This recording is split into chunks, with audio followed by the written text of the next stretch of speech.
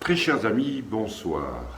Merci de votre fidélité pour mes lives qui vont vous parler évidemment du sujet qui nous préoccupe. J'essaie de ne pas sortir du sujet parce que l'actualité est pleine d'événements qui mériteraient donc des commentaires.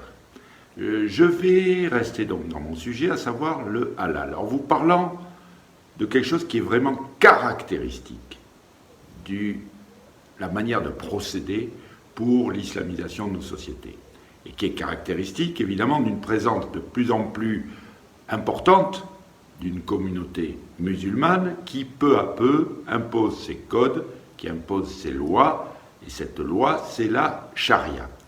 Je vais vous parler de Zalando. Alors Zalando, c'est une marque qui vend sur internet des vêtements pour les femmes. C'est la mode.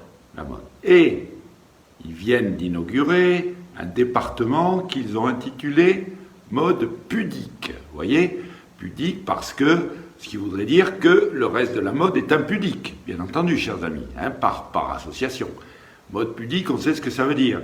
C'est donc des robes qui sont conformes à la pudeur féminine qui doit être respectée dans l'islam.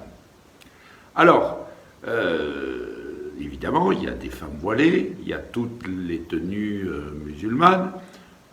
À la limite, je vous dirais, pourquoi pas ? Pourquoi pas ? Toutes les modes sont possibles dans la mesure où elles sont neutres, où elles sont simplement pour mettre en valeur les femmes. Sauf que là, si vous voulez, ça transporte, ça transmet des valeurs de l'islam, et ces valeurs, on sait ce qu'elles valent pour les femmes.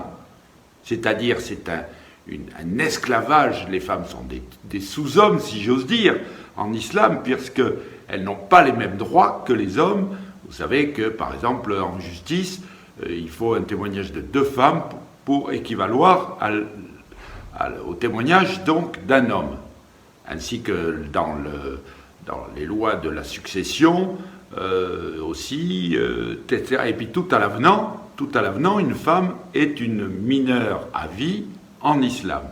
Donc, en accordant donc cette valeur donc dans son catalogue, Zalando contribue à nous amener à la soumission des femmes et à leur réduction à ce qui est prévu en islam, à savoir la réduction à être des pondeuses au service de leur époux, devant répondre à tous leurs besoins et à toutes leurs injonctions et être battues, etc. Donc vous savez donc ce qui se passe en islam. Et je constatais une fois de plus que le mercantilisme, l'appât du gain, l'argent, contribue à entretenir l'obscurantisme. C'est ce qui se passe, c'est ce qui fait que le halal a pu gagner la société. Alors on en parle pour l'abattage, c'était le même phénomène.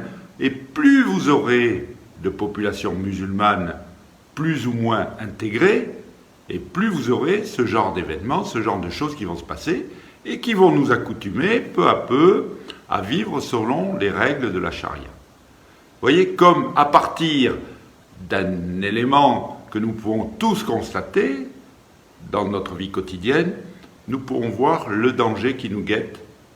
Et c'est un danger particulièrement insidieux parce que la plupart des personnes ne s'en rendent pas compte. Voilà ce que je voulais vous dire ce soir. Un exemple supplémentaire de ce qui est en train de nous arriver sur la figure. Je vous souhaite une bonne soirée et à ma prochaine vidéo qui sera sans doute mercredi prochain, même heure. Bonne soirée, chers amis.